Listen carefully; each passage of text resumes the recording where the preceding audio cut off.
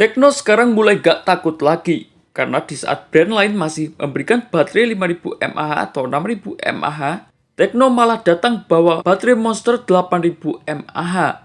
Dan sekarang Tecno Pova 8 5G versi standar sudah resmi terdaftar di TKDN.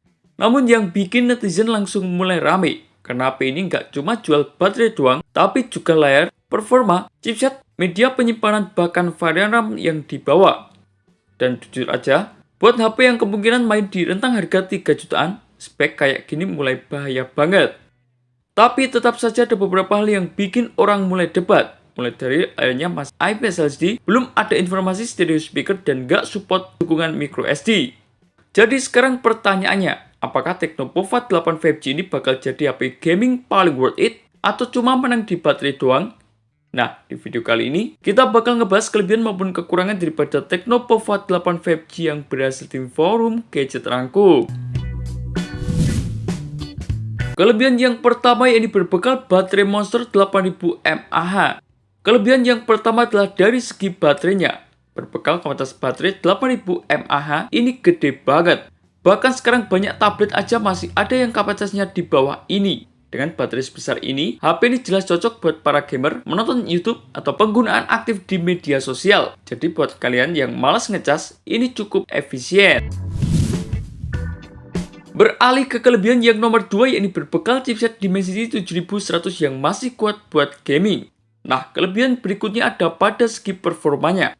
Karena Tecno Pova 8 sudah menggunakan chipset MediaTek Dimensity 7100 dengan fabrikasi 6 nanometer. Clock speednya mencapai 2,4 GHz, dan chipset ini jelas menarik dibanding dengan chipset entry biasa. Buat kebutuhan seperti gaming, editing ringan, sampai penggunaan harian masih cukup oke. Sementara kelebihan yang nomor 3 yakni berbekal layar dengan refresh 144Hz yang bikin gamingnya makin halus.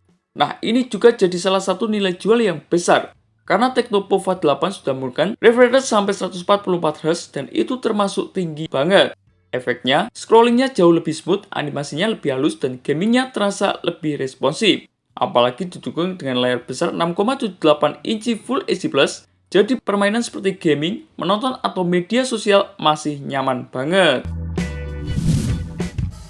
Di kelebihan yang nomor 4 yakni berbekal dukungan jaringan 5G dan juga fitur NFC. Walaupun fokus utamanya ada pada segi gaming, untungnya fitur konektivitas nggak dipotong sama sekali. HP ini sudah mendukung jaringan 5G, fitur NFC, Bluetooth, Wi-Fi 5, dan juga dual SIM 5G. Dan buat sekarang, 5G mulai penting buat jangka panjang. Beralih ke kelebihan yang nomor 5 yakni berbekal media penyimpanan UFS 2.2 yang masih lumayan cepat. Nah, ini juga penting banget.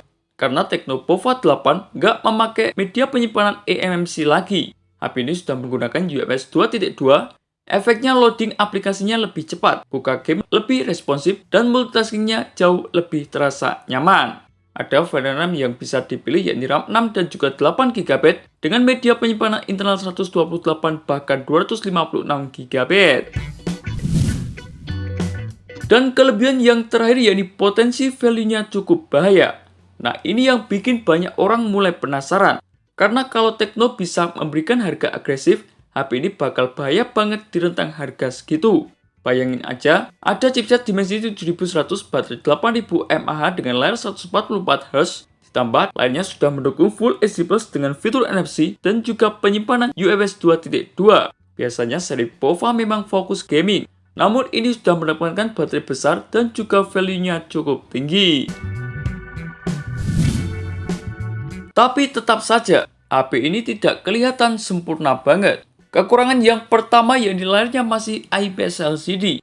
Nah, ini mungkin jadi kekurangan yang paling serius. Karena sekarang banyak kompetitor lain mulai pindah ke layar AMOLED. Sedangkan Tecno Pova 8 masih berbekal IPS LCD. Memang refresh rate yang dibawanya cukup tinggi, tapi warna dan juga kontras yang dihasilkan jauh kalah dibanding dengan layar AMOLED. Kekurangan yang nomor 2 yakni tanpa dukungan slot kartu micro SD. Ini juga cukup disayangkan, karena HP gaming biasanya ukuran gamenya besar-besaran. Tapi Tecno Pova 8 tidak mendukung slot kartu micro SD. Jadi kalian harus puas dengan penyimpanan internal yang ada. Sementara kekurangan yang terakhir yaitu informasi audionya masih belum jelas. Nah, ini juga yang cukup bikin penasaran. Karena sampai sekarang belum ada informasi jelas soal ketersediaan stereo speaker dan juga fitur audio lainnya. Kalau ternyata masih menggunakan mono speaker, itu bisa jadi minus besar buat HP gaming sekelas ini. Jadi kesimpulannya begini, Tecno Pova 8 5G ini cocok banget buat orang yang cari HP gaming murah, butuh baterai super awet, suka layar dengan refresh rate tinggi, dan juga pengen performa stabil. Kelebihannya jelas pada segi baterai, performa, layar, Full HD+, fitur NFC, dan juga media penyimpanan yang dibawanya. Tapi kekurangannya jelas pada layarnya yang masih IPS LCD. Tidak adanya slot kartu microSD, dan spesifikasi audionya masih belum jelas. Kalau menurut kalian, di rentang harga yang cukup murah ini, apakah HP ini bakal jadi salah satu HP gaming paling worth it untuk dibeli? Atau ada opsi lain yang lebih menarik? Tulis pendapat kalian di kolom komentar forum gadget. Terima kasih telah menonton video ini. Jangan lupa like, komen, dan share agar channel ini bisa terus berkembang.